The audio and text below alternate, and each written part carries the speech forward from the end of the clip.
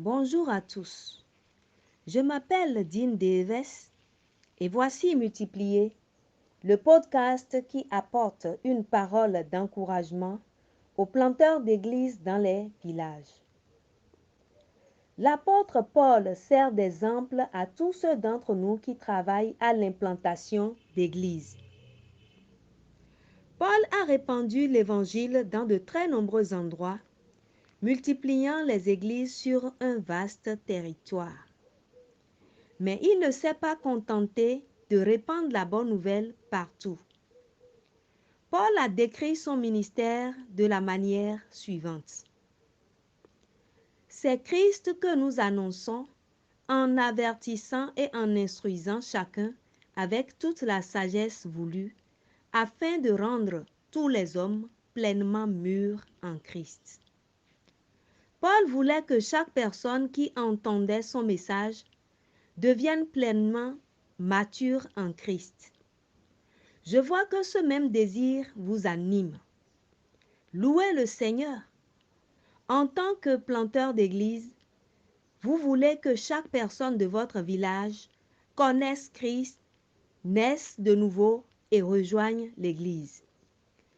Vous voulez que les membres de l'église grandissent, mûrissent et se développent en sagesse spirituelle et en dévotion à Christ leur Sauveur.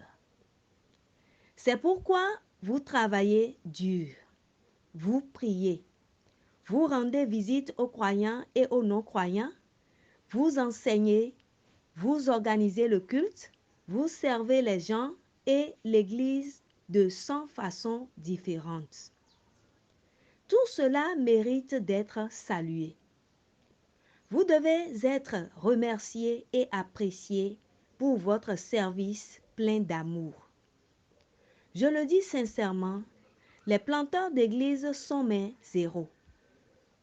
Votre travail est héroïque et mérite d'être honoré. Permettez-moi donc de vous encourager aujourd'hui à prendre un peu de recul. Permettez-moi de vous encourager à réfléchir brièvement. En tant que planteur d'église, vous devez également servir des personnes très importantes afin de les aider à s'épanouir en Christ. Ces personnes très importantes sont celles de votre propre famille, votre conjoint et vos enfants. Paul a parlé à son disciple Timothée des responsables des églises implantées à son époque.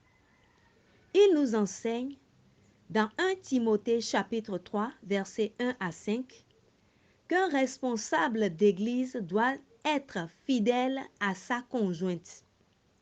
Paul a enseigné que les responsables d'église devaient utiliser des moyens responsables pour gérer leur famille. La famille du planteur d'église sert d'exemple à tous les membres de l'église. Mais il faut du temps pour être fidèle. Être fidèle à son conjoint, c'est bien plus que tenir sa promesse en termes de pureté sexuelle. La fidélité, c'est aussi tenir ses vœux de mariage, c'est-à-dire aimer, servir et prendre soin de son conjoint dans les bons comme dans les mauvais moments, dans la maladie comme dans la santé.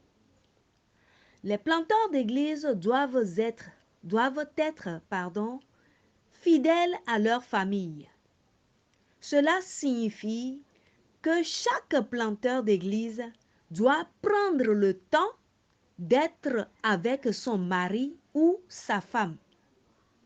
Chaque planteur d'église doit prendre le temps de s'occuper de ses enfants. Le temps est une denrée rare. Cela signifie donc parfois qu'il faut dire non à une importante opportunité de ministère afin de passer du temps avec sa famille. Pour de nombreux responsables chrétiens, cela est difficile à faire.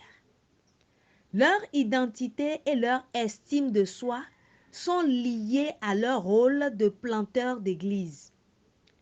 Mais si vous voulez présenter votre femme et vos enfants complets en Christ, vous devez passer du temps avec eux, à parler et à écouter, à travailler ensemble et à jouer ensemble. Vous pouvez le faire. Vous pouvez vivre une vie équilibrée. Vous pouvez aimer pleinement votre épouse et vos enfants et aussi servir pleinement vos églises. Dieu vous donnera la grâce. Il vous aidera à bien gérer votre temps. C'était multiplié et je suis digne d'Évès et je demande, avec qui partagerez-vous cette parole encourageante aujourd'hui? Encouragement pour les planteurs d'église du village. Ce message a été relayé en français par votre sœur Mauricia Adeoumi, assistante du superviseur VCP de l'Afrique de l'Ouest anglophone. Je vous remercie et que Dieu bénisse votre entendement.